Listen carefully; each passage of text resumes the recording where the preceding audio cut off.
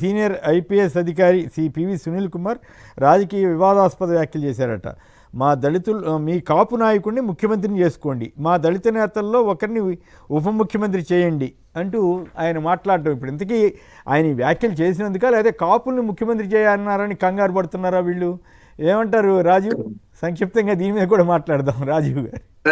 Sir ఒకటి, కాపులు ముఖ్యమంత్రి అవ్వాలనేటువంటి కళ ఇప్పటిది కాదు సార్.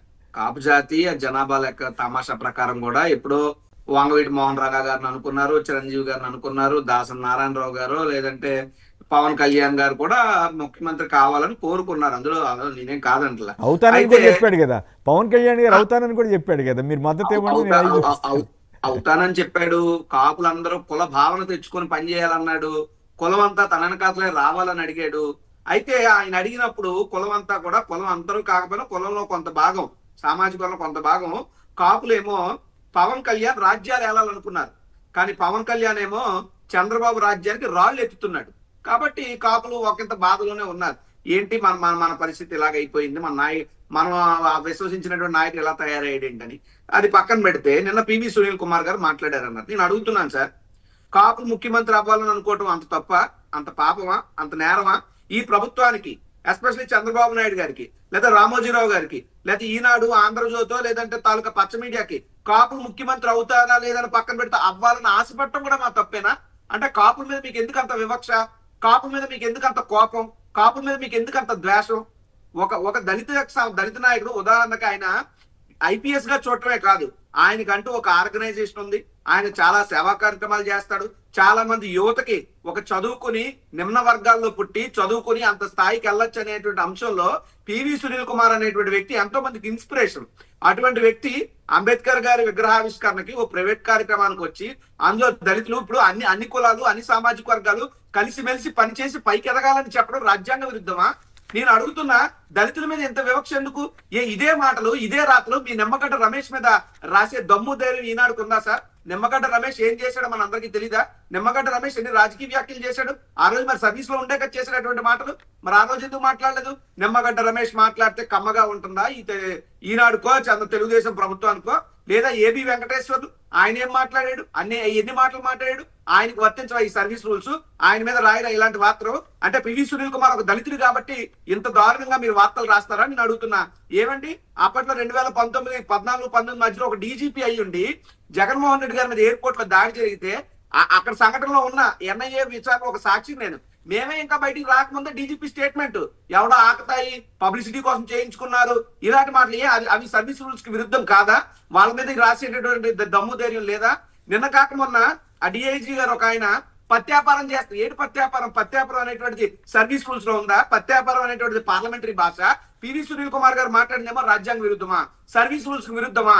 ఈ రోజు రాసినటువంటి వార్త పివి సునీల్ కుమార్ గారి మీద కాదు, అది కాపు జాతి మీద, దళిత జాతి మీద చేస్తున్నటువంటి దాడిగా నేనైతే చెప్తున్నా. ఎందుకంటే మాకు బాధ కలుగుతుంది. అవుతామా పక్కన పెట్టండి, మాట్లాడుకోలేమా? ఆ స్వేచ్ఛ లేదా?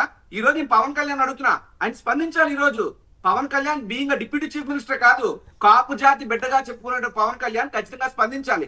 ఎందుకంటే సార్, కాపు నాడు అనేటువంటి ఎంత మీ కోరిక అత్యాశ అవుతుంది రాజీవ్. పార్టీ వాళ్ళ మీదే దాడులు జరుగుతుంటే కూడా నోరు విప్పని పవన్ కళ్యాణ్ గారు దీని మీద ఎందుకు మాట్లాడతారు? సార్, అది మా దురదృష్టం. సార్ మీకు ఒక మాట చెప్తాను సార్. స్వర్గీయ మిర్యాల వెంకట్రావు గారని, అంటే కాపునాడ అనగా వంగవీటి మోహన్ రంగా గారు, మిర్యాల వెంకట్రావు గారు, ముద్రగడ పద్మనాభం గారు, మా జాతి నాయకులు వీళ్ళంతా. అయితే మిర్యాల వెంకట్రావు గారితో నాకు అత్యంత సాన్నిధ్యమైన సంబంధం ఉండేది. తాతయ్య అని పిలిచేవాడిని. ఆయన అనేవాడు, ఊరే మనడా ఎప్పుడైనా కాపుని ముఖ్యమంత్రి కుర్చీలో కూర్చున్నట్టే చూసి నేను చచ్చిపోవాలో అప్పుడు దాకా బతుకుంటానని అడిగాడు. అంటే అంత ఒక మనసు లోతులకు తీసుకునేటువంటి అంశం ఇది. సో మేము అవుతామా లేవా 10 ఏళ్ళకా 25 ఏళ్ళకా 30 ఏళ్ళకి 50 ఏళ్ళకా, that is different aspect. But నోరిప్పి మాట్లాడి కాపులు దళితులు కలిసి ఉండండి అని చెప్పారు. అక్కడ పదవులు చూడొద్దు మీరు. కాపులు దళితులు ఐకమత్యంగా వార్తగా ఇస్తే పర్వాలా, వార్తగా ఇస్తే పర్వాలా, దానికి వ్యతిరేకమైనటువంటి వ్యాఖ్యలు చేస్తూ ఏదో అంతమొందించడానికి ప్రయత్నం చేశారని దుర్మార్గంగా రాయటం, వివాదాస్పద వ్యాఖ్యలని చెప్పి వీళ్ళే చెప్పడం. చిన్న సబ్మిషన్. అది వార్త ఎలా రాయాలి? పివి సునీల్ కుమార్ ఐపీఎస్ స్థాయిలో ఉన్న వ్యక్తి ఇలా మాట్లాడారు, అది వార్త. కానీ ఇలా వండించే వీళ్ళు చెప్పేటటువంటి విషపు వార్త ఏంటి? ఆయన మీద అలా కేసు ఉంది, ఆయన మీద ఈ కేసు సస్పెండ్ అయ్యేది ఏంటి? అది అదే వార్తలు మిగతా ఇప్పుడు చంద్రబాబు నాయుడు గారు ఉన్నారండి, చంద్రబాబు నాయుడు గారి మీద కూడా వార్త వచ్చినప్పుడు స్కిల్ స్కామ్ నేరస్తుడు 50 రోజులు నేరస్తుడు జైల్లో ఉన్న నిందితుడు. వ్యక్తి, లేదా ఈ జబ్బులు ఉన్నాయని చెప్పి బెయిల్ తెచ్చుకుని బయట తిరుగుతున్నటువంటి ఇప్పుడు ముఖ్యమంత్రి ఉన్న చంద్రబాబు Right. రాయగలరా?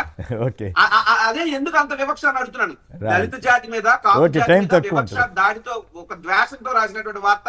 దయచేసి నేను అభ్యర్థిస్తా ఉన్నా, కాపులు కానీ దళితులు కానీ తెలుగుదేశం పార్టీ తాలూకా పత్రిక ఏదైతే ఈనాడు ఉందో దాన్ని బహిష్కరించండి. ఎక్కడికక్కడ దాన్ని చదివద్దు, దాన్ని చింపు అవతల పారేయండి. రైట్. రామ్నాథ్ గారు, నిజంగానే ఎందుకు ఇంత కంగారు పడాల్సిన అవసరం ఏముంది దీంట్లో? ఆయన అన్నంత మాత్రాన ఇంకేముంది? అది పొలిటికల్ కాంట్రవర్సీ, సస్పెన్షన్లో ఉన్న వ్యక్తే.